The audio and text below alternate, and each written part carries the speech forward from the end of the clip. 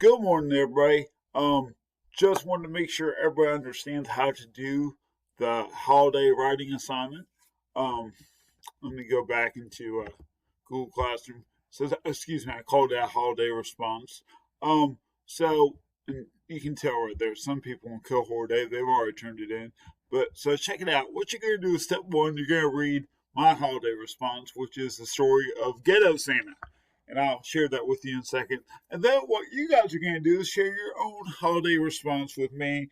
Pretty much all you got to do is give me 2 or 3 paragraphs on a personal favorite holiday memory. It can be like maybe like every year. I know in my family we go to my wife's mom's house first. We eat dinner and then we go to church. And then when we leave church, sometimes we drive around and look at Christmas lights. So that's something that we do every single year. It can be something like that. It can be a funny story. Like maybe I know one year, this sounds crazy. You know how grandma got ran over by a reindeer? Well, my grandma wrecked her car on Christmas Eve. And it was funny, but it wasn't funny because she almost slipped her car in a ditch. And we laugh about it now, but it was kind of scary when it happened, but it was also kind of funny. So that's a big thing right there that happened to our family on Christmas Eve. So just tell me something significant that you love about the holidays.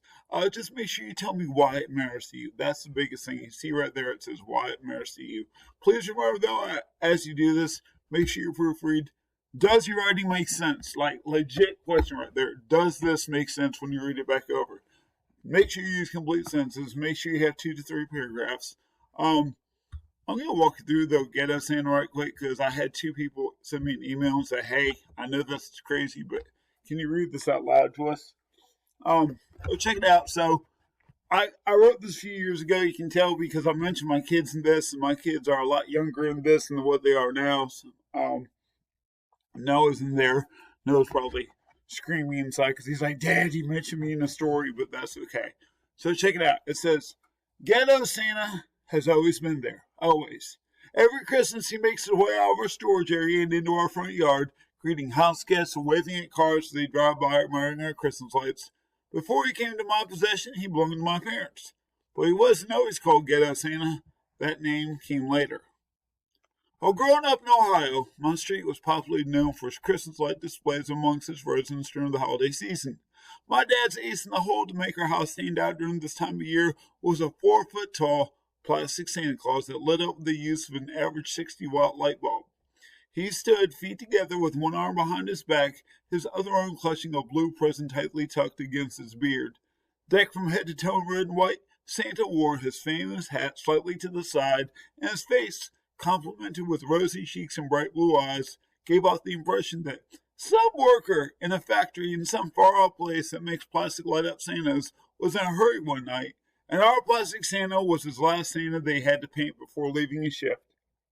He wasn't the most amazing looking light-up Santa you've ever seen, but he was ours, and that was always good enough for me. When we moved to a bigger house across the street, Santa went with us. With a bigger house, my dad upped his light decor since he had more trees, bushes, and general more house to decorate and display. In the midst of all the strands of miniature white lights, floodlights, and wreaths sat our plastic Santa, overlooking our yard as his personal Christmas kingdom. When we moved to North Carolina, just as sure as the sun rises in the morning, Santa traveled south with us, where he continued to grace our yard for many years. Geez, that's an ugly Santa, my wife said one evening as we pulled into my parents' driveway. You should buy your dad one of those blow-up Santas they sell at Walmart so Ghetto Santa over there can retire. He's rough looking. In that instant, the plastic Santa that stood by the Bean family for years and years became Ghetto Santa. I bought a blow-up for Santa for my dad for his birthday the following fall. I worried that my dad would think the blow-up Santa was too much, but he embraced it with the type of love only a dad could give a son for buying him a gaudy, over-the-top Christmas decoration. Ghetto Santa stayed in the attic that Christmas season, as he did the following year and the following after that, his wiring gone bad, his light bulb within gone dead. When my wife and I bought our first house, my parents were also transitioning into a new house, which resulted in me coming into possession of Ghetto Santa, preventing him from the certain doom of a nearby dumpster. I installed new wiring and a fancy energy-saving light bulb in him, making him glow with even more glory than ever before. I placed him on the front porch that first holiday season, but after one glance at him in the dark, my wife pointed out that his new glow gave off a bright red tint that engulfed our entire porch, making him seem more like a Halloween decoration than a Christmas one. Like most men, I tried to argue with her about it, and like most men, decided that keeping my wife happy was more important than a piece of light up plastic. Santa was moved to the yard, and in exchange, my wife didn't get rid of him while I was at work. Over the years, Ghetto Santa has grown in company.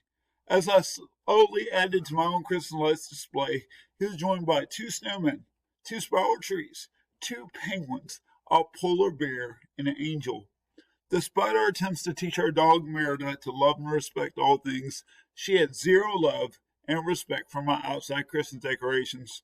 After putting the lights up one Saturday afternoon, Merida, then still very much a feisty puppy, executed my festive display as I went inside to shower.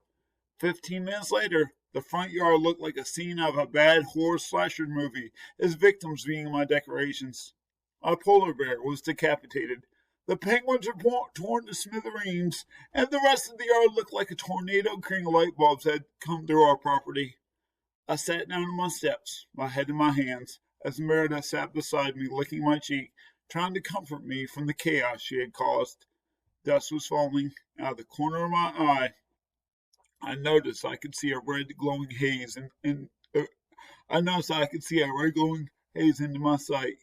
My automatic timers were still working, and even though Merida had disemboweled my snowman, she had not destroyed everything. Lighting up the yard, side by side, stood the plastic angel and Ghetto Santa. While I was sure this wasn't a situation that could be labeled as a Christmas miracle, it was enough to bring the Christmas spirit back into my soul. My dad has gone through several blow-up Santas. His current blow-up Santa has seen better days, and I've already considered buying him a new one. Ghetto Santa, however, still sits in my front yard at Christmas time, this year celebrating his 37th season, and he is fully cemented as part of the Bean family history. My three boys have grown up around him. Christian, now 11, fondly recalls the days that Ghetto Santa was just his size. Noah, 9, used to ask me if we could find a ghetto Mrs. Claus to keep Ghetto Santa company. Levi, 5, still hugs Santa whenever he goes past him in the front yard.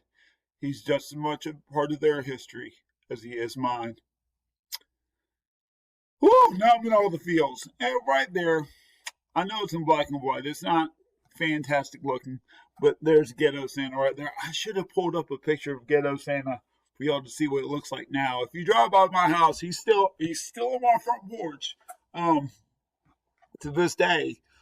He still sits out. I have him on the porch to keep him safe from the weather because his paint, the paint's starting to fade a little bit. So I kind of keep him under the porch where he's safe from the weather. But he's still out there. So if you drive by my house at Christmas time, you will see Ghetto Santa in all of its glory on my front porch. Now that being said, all you gotta do is give me a response. Give me a story about your house at Christmas time, or if you don't want to focus on Christmas, Thanksgiving will work. Any holiday will work. I'm just looking for you to be writing something so I can read. I'm looking for a formal piece of writing. Give me 2 or 3 paragraphs. If you get to 2 paragraphs and you told your story, fantastic. If you get to 3 paragraphs and you still got more to write, I'm fine if you want to go to 4 paragraphs. But after that, we're not looking for a novel. I'm just looking for a certain set of paragraphs of a formal piece of writing of your holiday response, okay? And you can tell this cohort A, 11 people have already got this turned in, which is fantastic. I'll go through and read them, but please, y'all, remember to proofread. Make sure your writing actually makes sense. Can you use complete sentences? And do you have 2 or 3 paragraphs? Please. This should be a walk in the park if you're using Grammarly with proofreading, y'all. Please use Grammarly. We all, beginning of the year, I showed you guys how to activate that on Google Docs, so you should be okay on that. But when you go to do this, you just click right there, and it's already made the document for you. And it says compose your holiday response here. And yours, when you pop up, it'll already have your name in it because I made it so it'll make a copy for every single one of y'all. So when you get done, you just submit it. It's due today. Got any questions? Send me an email. And I will talk to y'all later. Bye bye.